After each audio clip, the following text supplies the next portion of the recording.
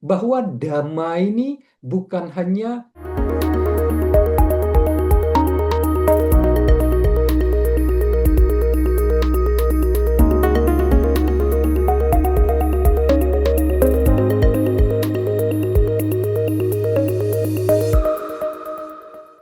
sahabat Dhamma sekalian, saya akan menggunakan sapaan sahabat Dhamma saja ya, supaya lebih ringkas.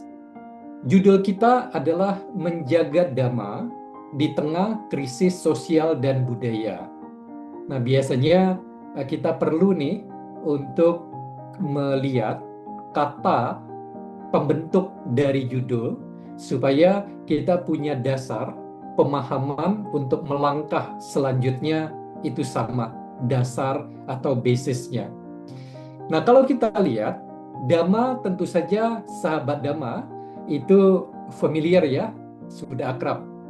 Baik yang teman-teman atau sahabat Dhamma di sini yang beragama Buddha maupun teman-teman lain yang mungkin ada berkeyakinan lain, Dhamma seringkali diucapkan 3 permata Buddha, Dhamma, dan Sangha. Dhamma adalah ajaran Buddha. Dhamma ini berisi kebenaran universal, artinya kebenaran yang mencakup keseluruhan, dan isinya adalah hukum alam. Hukum-hukum yang selaras, yang berkesesuaian dengan alam.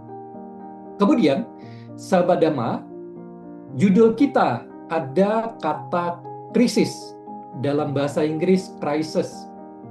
Nah, krisis ini kalau kita cari dari KBBI, Kamus Besar Bahasa Indonesia, itu artinya keadaan yang berbahaya. Parah sekali, kemudian genting. Genting itu artinya situasi yang darurat ya. Kemudian mungkin kemelut, keadaan yang suram, yang gelap, yang buruk, bisa berkaitan dengan ekonomi, moral, sosial, budaya, dan seterusnya. Itu dalam Kamus Besar Bahasa Indonesia. Lalu, sahabat Dhamma, ada kata sosial dan budaya. Nah, kita seharusnya tahu sosial itu artinya adalah manusia dengan manusia yang lain, antar manusia. Manusia adalah makhluk sosial yang berinteraksi, berelasi, berkomunikasi dengan manusia-manusia yang lain. Jadi kata sosial itu mencerminkan antar manusia di dalam komunitas, masyarakat, maupun lingkup yang lebih besar, termasuk negara. Kemudian budaya diartikan sebagai nilai-nilai, kemudian sikap-sikap yang melingkupi orang-orang yang ada di dalam lingkup tertentu. Budaya juga biasanya termasuk adat istiadat, kebiasaan yang sudah dilakukan berulang-ulang dalam waktu lama oleh sekelompok masyarakat. Kemudian, krisis sosial, contohnya nih, teman-teman sangat mungkin sahabat Dhamma cukup akrab ya dengan hal-hal yang disajikan ini. Krisis sosial, kondisi yang buruk, yang berat, yang mengkhawatirkan, yang genting berkaitan dengan sosial, artinya antar manusia. Terjadi perpecahan, kemudian konflik sara, suku, agama, ras, lalu ketidakadilan ekonomi, hilangnya rasa empati, nggak peduli dengan orang lain, bahkan saling curiga itu meningkat antar satu orang dengan orang yang lain, dan lain-lain. Krisis sosial. Krisis budaya, kita juga melihat pergeseran nilai-nilai luhur, nilai-nilai tinggi yang sebelumnya banyak orang praktekkan, kemudian dengan berjalannya waktu muncul generasi-generasi yang kemudian maka nilai-nilai itu menjadi luntur bahkan hilang. Bahkan nilai-nilai yang kemudian dipegang oleh banyak orang misalnya adalah materialisme. Materialisme ini tentu saja kita paham ya, apa-apa ukurannya materi. Ada yang bilang matre gitu ya, bukan hanya cewek saja, wanita saja yang matre. Kan seringkali itu dulu kita dengar cewek matre gitu ya. Tetapi cowok juga ada yang matre. Artinya material itu begitu dijunjung tinggi. Lalu ada konsumerisme. Wow, kalau saya gunakan misalnya ya uang saya untuk apakah makanan, kemudian pakaian, kemudian alat-alat kehidupan yang lain, wah kita punya duit kita belanjakan, konsumerisme. Lalu hedonisme, hedon. Hedon itu kelihatan mewah gitu ya, kelihatan glamor dan semacamnya. Nah, saya pernah membaca satu kepanjangan ya, BPJS. BPJS itu kan ada nih kepanjangan yang benernya. Tetapi plesetannya, kepanjangan yang dibuat-buat itu katanya BPJS. Kepanjangannya adalah budget pas-pasan jiwa sosialita. BPJS. Budget artinya secara keuangan pas-pasan, BP, kemudian JS, jiwa sosialita. Jiwanya pengen muncul, pengen hadir, pengen kelihatan, dan itu wah. Padahal secara dompet itu pas-pasan. Nah, sahabat Dhamma sekalian, jadi kita melihat judul ini sangat relevan, sangat penting. Bagaimana menggunakan ajaran Buddha sebagai seorang Buddhis ataupun simpatisan Buddhis di tengah terjadinya situasi yang tidak baik-baik saja di aspek sosial maupun budaya. Nah, tentu saja teman-teman, sahabat Dhamma, kita bahkan bisa memahami bahwa Dhamma ini bukan hanya pada waktu krisis sosial maupun budaya, tetapi krisis aspek kehidupan masyarakat yang lain juga valid, relevan untuk dijaga. Apakah itu pada waktu krisis ekonomi kah? Apakah itu politik kah? Dan lain sebagainya. Seharusnya menjaga Dhamma itu dapat atau menjadi prioritas kita. Nah, sahabat Dhamma, menjaga Dhamma, kata paling kunci bagaimana menjaga Dhamma. Caranya seperti apa? Nah, dalam hal ini tidak lain, tidak bukan, jawabannya sangat singkat. Jaga Dhamma tuh dengan cara praktik Dhamma. Kita perlu memahami praktik itu memang arah katanya adalah melakukan, melaksanakan. Kan begitu ya? Jadi seakan-akan praktik Dhamma itu udah langsung gas aja, jalanin aja. Kan begitu ya? Tetapi sahabat Dhamma sekalian, kita harus memahami menjaga Dhamma dengan praktik Dhamma atau mempraktikkan Dhamma itu konteksnya, lingkupnya lebih luas. Seperti apa? Sahabat Dhamma sekalian, praktik Dhamma secara lengkap, yang pertama itu kita perlu belajar teori. Jadi jangan pikir praktik Dhamma itu langsung gas aja. Artinya dengan apa yang kita tahu, kita langsung jalani aja gitu. Go ahead istilahnya ya. Tetapi kita tentu perlu mengkalibrasi, mentera ulang yang kita udah tahu ini apakah sudah sesuai dengan ajaran Buddha. Belajar teori ajaran Buddha yang benar. Kemudian apa yang kita tahu perlu kita tambah nih supaya praktek kita menjadi lebih luas lagi. Berteori atau variatif. Kemudian setelah kita belajar teori ini untuk mengkalibrasi, meluruskan apa yang kita sudah tahu, menambah apa yang sudah kita tahu, baru praktek itu sendiri, melakukan, mempraktekkan. Nah ini tentu saja sahabat Dhamma sudah terbiasa ya, bahwa tidak semudah kita belajar teori dengan praktik. Secara teori berkumpul dengan yang tidak disukai itu menderita.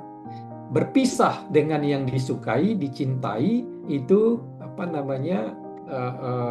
penderitaan gitu ya. Kita paham, kita tahu secara intelektual. Tapi begitu ada orang yang kita sayang, apakah orang tua kita, pasangan kita, bahkan teman-teman maupun saudara kita misalnya.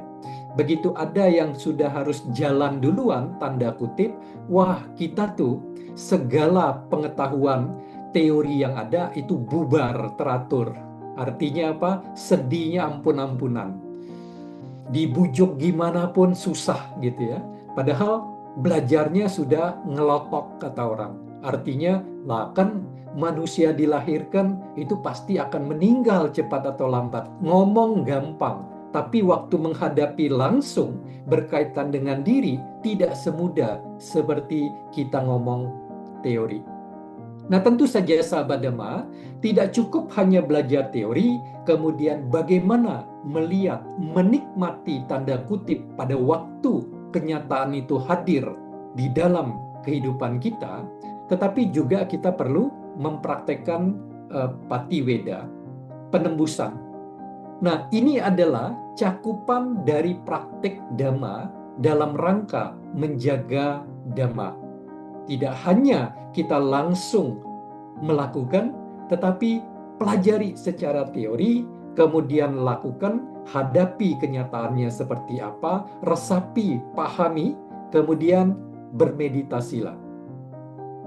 Nah, saya memberikan ini sebagai alternatif konsep atau konteks dari buku e-book yang saya luncurkan. Ini adalah buku ke-17 saya di dalam video profile yang tadi baru disebut 16. Ini adalah yang ke-17 yang saya luncurkan di tanggal 12 September 2025. Kira-kira 2 bulan atau 3 bulan yang lalu ya, September, Oktober, November, Desember. Kira-kira 3 bulan yang lalu. Saya ingin membagi satu konsep kepada teman-teman sebagai umat biasa, perumah tangga ya, bukan samana. Bagaimana kita bisa mempraktekkan Dhamma di dalam kehidupan kita dalam rangka menjaga Dhamma. Bagaimana kita melihat kehidupan kita itu sehingga dalam menjalani kehidupan kita tidak keluar dari rel atau prinsip-prinsip yang ada. Nah, teman-teman sekalian, sahabat Dhamma, ini adalah gambar sampul depannya. Karena waktunya cukup terbatas, maka saya tidak memberikan kuis pertanyaan. Biasanya saya tanyakan nih ke audiens, kira-kira yang sayanya yang mana gitu.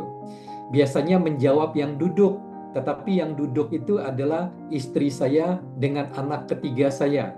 Mengapa beliau berdua yang dapat privilege, hak khusus untuk duduk di depan?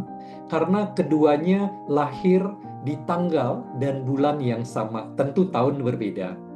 Jadi e-book ini saya rilis, saya munculkan sebagai persembahan di ulang tahun dari istri dan anak ketiga saya. Kemudian ini adalah sampul belakang. Nah, konteks judulnya itu adalah Family, F, A, M, I, L, dan Y, tersusun dari 6 huruf. Nah, disinilah kunci dari buku ini, di mana family itu kepanjangannya adalah fokus kepada kebajikan sebagai dasar kita dalam menjalani kehidupan ini, kusala. Kemudian A, family, FA, itu awasi pikiran, ucapan, badan jasmani dengan penuh kesadaran, penuh perhatian dari waktu ke waktu, saat ke saat. M, itu adalah mempraktekkan cinta kasih meta. Lalu I, family, FAMI, adalah ikhlas dalam berbuat baik dan memberi dana. Lalu L, latih disiplin diri, menjalankan aturan kemoralan. Kita sebagai umat biasa, itu adalah Pancasila. Di waktu-waktu tertentu, mungkin kita menjalankan Atasila. Nah, kemudian L itu yakin kepada Buddha, Dhamma, dan Sangha. Nah, sebetulnya sahabat Dhamma, konsep dari buku bentuknya adalah e-book ya, electronic book. Jadi ini tidak ada buku fisiknya, bentuknya adalah PDF. konsepnya family itu sebagai dasar dari seluruh artikel di dalam buku ini sebetulnya dimulai dari belakang. Seperti apa, teman-teman sekalian? Saya akan munculkan di slide berikutnya.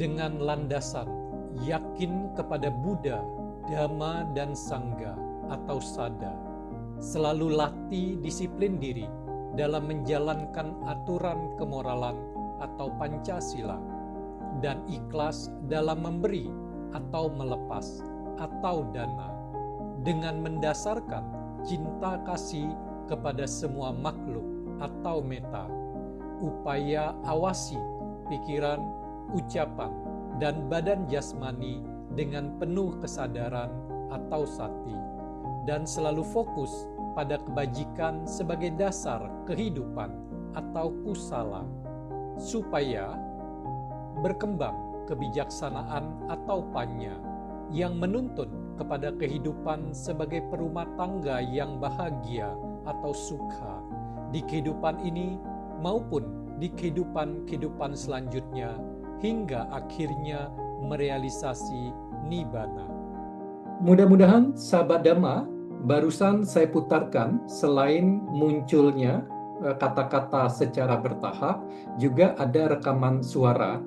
Mudah-mudahan dua ini rekaman suaranya dengan tulisannya bisa teman-teman lihat dan dengar dengan jelas. Nah, jadi cara bacanya itu family, F-A-M-I-L-Y, dari belakang. Konsepnya dari belakang. Ya. Nah, kita coba lihat bagaimana konsep family ini saya tawarkan dalam bentuk house. House ya, bukan house untuk perlu minum, tetapi house sebagai konsep rumah. Tentu saja sebagai umat biasa, umat perumah tangga, kita menginginkan tempat berteduh.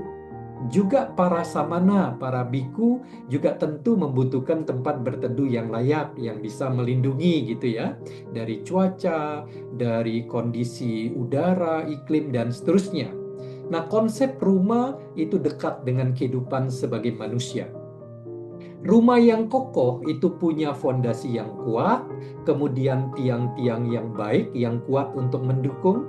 Lalu jangan lupa ada wuwungan yang di atas, apakah bentuknya atap maupun apapun sebutan lain ya. Dan di berbagai daerah, atap ini menjadi penentu daerah mana itu. Mungkin ada bentuk-bentuk yang khusus untuk daerah atau masyarakat tertentu. Bahkan ada daerah-daerah di mana rumah atasnya itu mencerminkan strata sosialnya, tingkatan sosialnya. Nah, sahabat Dhamma sekalian, ini adalah konsep atau konteks yang saya tawarkan bagaimana kita sebagai umat biasa, perumah tangga, bisa mempraktikkan Dhamma dalam rangka menjaga Dhamma.